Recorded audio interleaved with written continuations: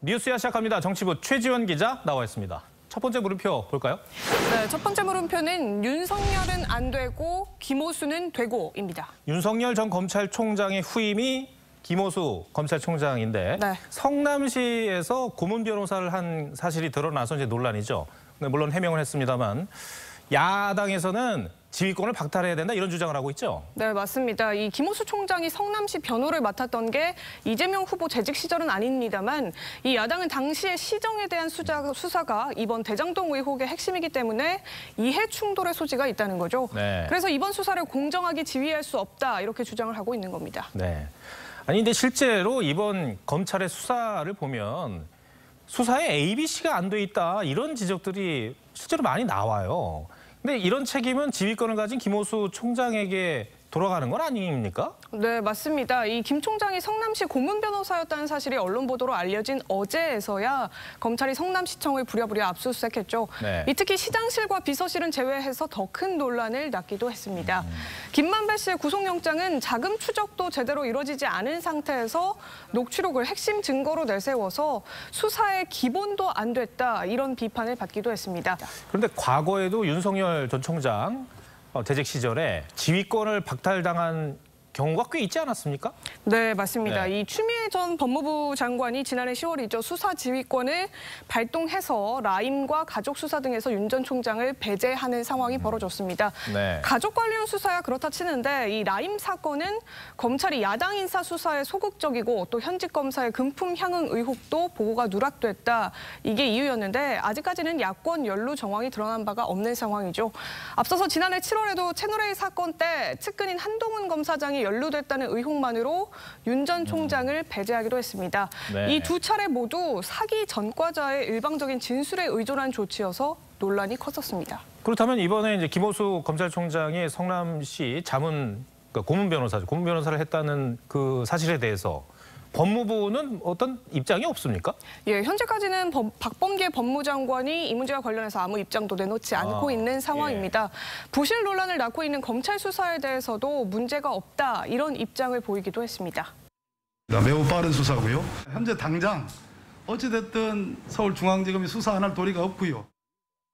사실 이 대장동 의혹 사건은 국민적 의혹으로 번지고 있지 않습니까? 근데 이런 사건을 부실하게 했다는 지적을 받는 김호수 총장에 대해서는 법무부가 아무런 조치도 하지 않고 있는 셈인 거잖아요. 네, 그렇습니다. 이 검찰은 보도와 압수수색의 시점과는 별다른 관계가 없다 이렇게 해명을 내놓고 있는데 김 총장이 이해충돌 우려에도 불구하고 사건을 스스로 회피하지 않은 것, 이 부분이 오해를 자초한 거란 지적도 나오고 있습니다. 네. 첫 번째 물음표 정리해 볼까요? 네, 첫 번째 물음표 윤석열은 안 되고 김호수는 되고의 느낌표는 비리 수사도 내로남불로 하겠습니다. 이 그동안 현 정부의 문제로 내로남불이 지적이 돼 왔죠. 심지어 선관위는 내로남불이라는 표현이 특정 정당을 연상시킨다 이러면서 선거 구호로도 사용하지 못하게 결정하기도 했는데요. 국민적 공분을 사고 있는 대형 비리 사건의 수사까지 이런 내로남불 기조가 이어진다면 더 큰 분매랑으로 돌아올 수 있다는 점 김호수 검찰도 명심해야 할 겁니다. 알겠습니다. 두 번째 물음표는 뭡니까? 네, 두 번째 물음표는 이낙연의 패착입니다. 이 패착이라는 말이 바둑에서 이게 패배의 요인으로 작용한 악수를 뜻하는 건데 네. 사실 이번 경선에서 이낙연 전 대표의 어떤 패배의 결정적인 장면들이 꽤 있었잖아요. 네, 변곡점이 될 수도 있었겠지만 이를 살리지 못한 장면들을 키워드로 정리해 봤는데요. 먼저 첫 번째는 어설픈 네거티브입니다. 이 경선 초반에 명락대전의 발단이 된 게 바로 이재명 후보의 백제 발언이었잖아요. 이 문제가 지역감정 논란으로 번졌지만 이낙연 전 대표는 명분이 있는 상황에서도 강하게 밀어붙이지 못했고요. 결과적으로 이재명 후보가 주장한 네거티브 프레임에 빠져서 반전을 거두지도 못했습니다. 네.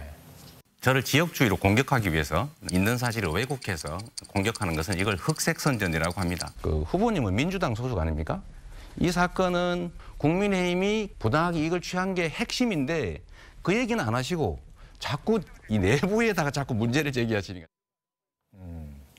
이 황교익 씨를 경기관광공사 사장에 내정했을 때도 이재명 후보에 대한 비난 여론이 참 많았었는데 이 기회도 사실 못 살렸어요. 네, 이 이재명 후보가 2000 쿠팡 화재 때 황교익 씨와 먹방을 찍고 있었던 사실이 드러나면서 이 후보가 박근혜 7시간을 비판했던 게 부메랑으로 되돌아오는 상황까지 벌어졌었죠.